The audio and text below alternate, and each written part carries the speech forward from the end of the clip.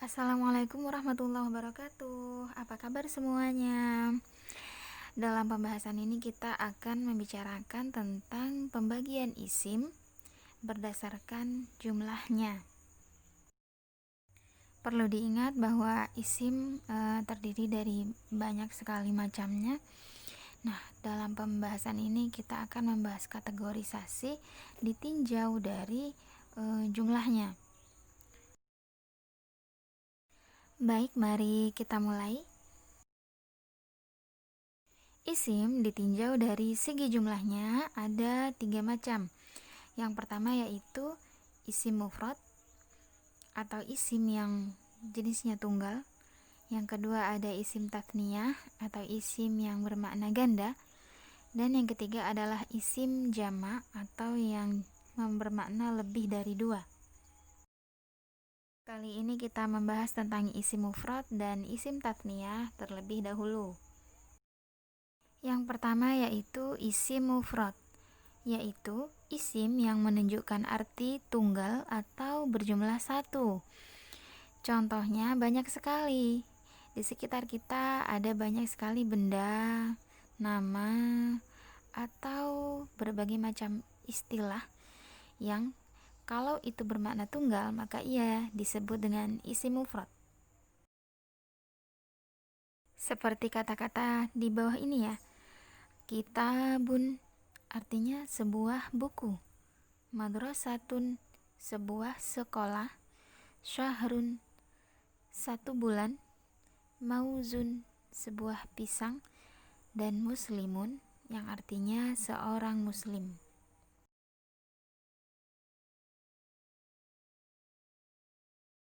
Selain contoh-contoh tersebut, ada pula contoh-contoh lainnya. Sebetulnya banyak sekali dapat kita temukan dengan mudah contoh-contoh isim mufrad ini, baik yang jenisnya mudzakkar maupun muannats. Seperti contoh kata as-shaumu yang artinya puasa, miftahun yang artinya kunci, wajhun yang artinya wajah, misalnya thaubun yang artinya pakaian. Kata-kata yang dicontohkan ini tidak memiliki ciri double atau tasniyah maupun jamak. Secara arti juga menunjukkan makna tunggal.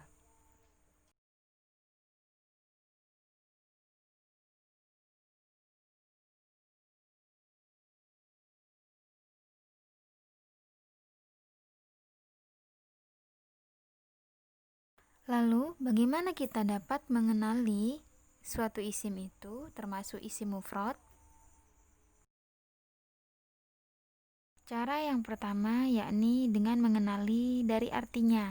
Apakah maknanya itu berarti dia tunggal? Jika iya, maka ia termasuk ke dalam isim mufrad. Apabila bagi pemula, untuk mempermudah bisa dibekali dengan kamus. Seperti contoh dalam kalimat ra'aitu rajulan. Pada kata rajulan bermakna seorang laki-laki. Rajulan termasuk isim mufrad. Cara kedua yakni dengan mengenali dari lafadznya apakah terdapat ciri-ciri tasniyah atau jamak. Jika tidak ada, maka ia tergolong ke dalam isim mufrad. Contohnya kata rojulun yang artinya seorang laki-laki. Perhatikan contoh dalam kalimat fawailul lil musallina. Kata al-musallina yang berarti orang-orang yang sholat adalah lafaz yang mempunyai ciri jamak yaitu ya dan nun di akhirnya. Maka kata al-musallina tidak termasuk ke dalam isim mufrad. Yang kedua adalah isim tatniyah atau isim yang menunjukkan arti 2 atau berjumlah 2. Contohnya adalah kata-kata berikut. Kitabani yang artinya 2 buah buku.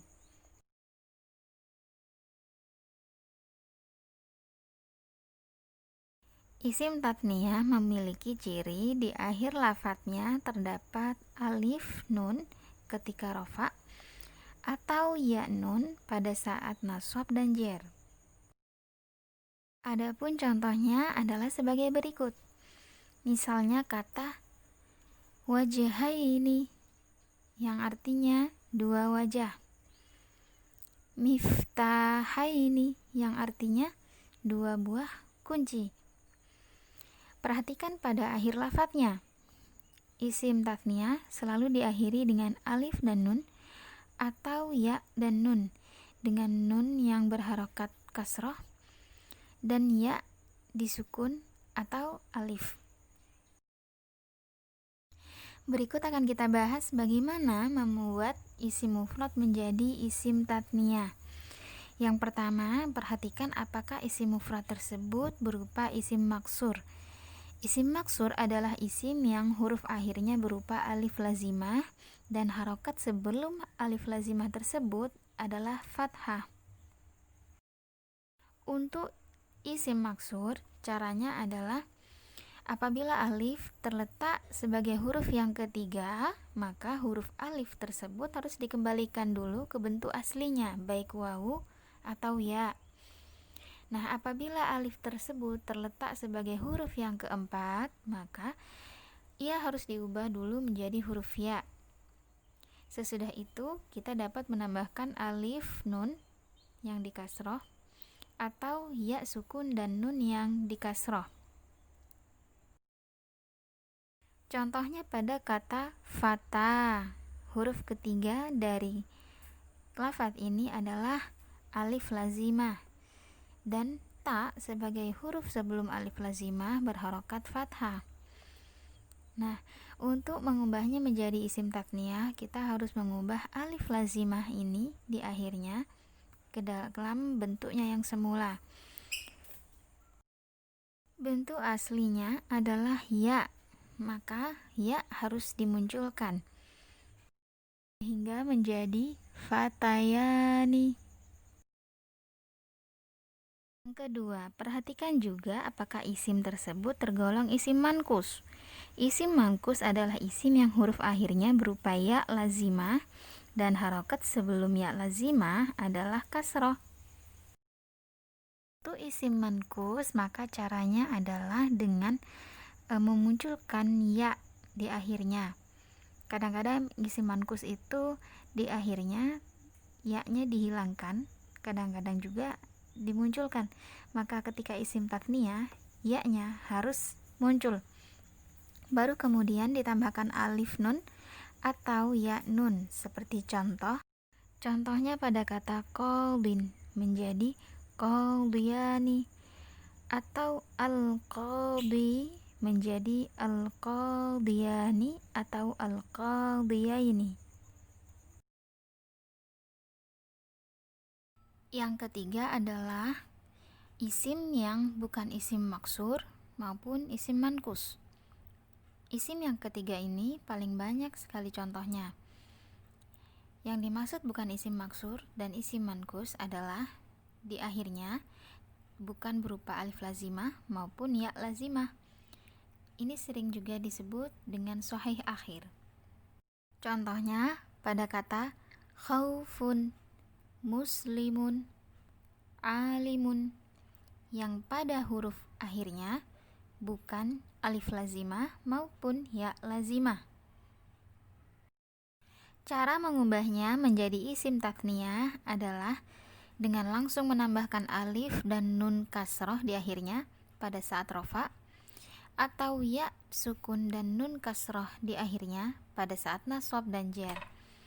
Seperti pada contoh walidun menjadi walidani, suratun menjadi surataini atau suratani, alimun menjadi alimani atau alimaini, yadun menjadi yadani atau yadaini, amun menjadi amaini atau amani, shaimatun menjadi shaimataini atau shaimatani.